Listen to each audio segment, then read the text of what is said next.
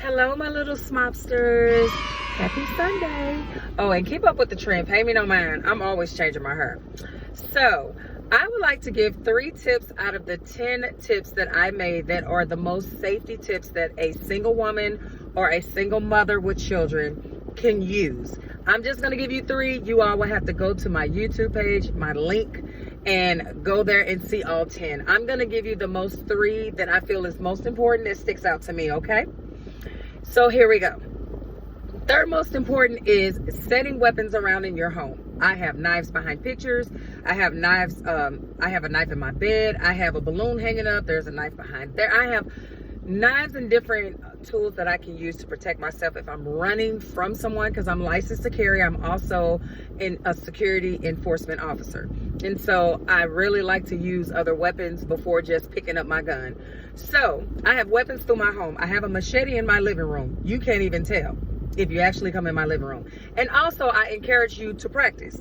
On days that you're not doing anything, you're not thinking about nothing, hey, act like you're running inside the home. Make sure you remember and retain where you didn't hit the weapons. Because a lot of times when you are under pressure and you're scared, you start panicking, sometimes you can't think. So just practice going through your rooms. If you invite somebody over, or if you invite a male over for company and he doesn't want to leave, just become familiar with having weapons through your home. Safety tip number 2.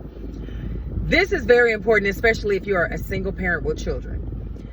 There are 3 apps that I think are very important. Parental control. I used to have S.M.O.B Guardian. I had that for a very long time, and that controlled my children's phone from my bedroom. I could see what they were doing. I could see when they downloaded things, what websites they were on. I restricted websites. I could lock their phone. I could turn their phone and I could basically turn their phone off and lock it up after a certain amount of time. Like I would do it like after their homework and it was time to go to bed, 8 o'clock, it shut off.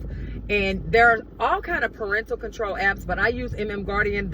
I went through a lot of apps, and that was the best one that was very beneficial to me.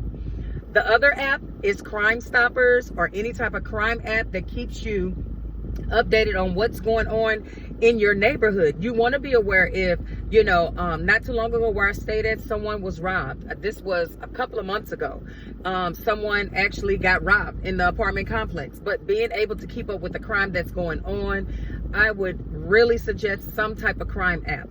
Also, a sex offender app as well. That lets you know where sex offenders are. So when you're transitioning and you want to move, you know what's going on in the area. My father always taught me the best way to see if it's a good neighbor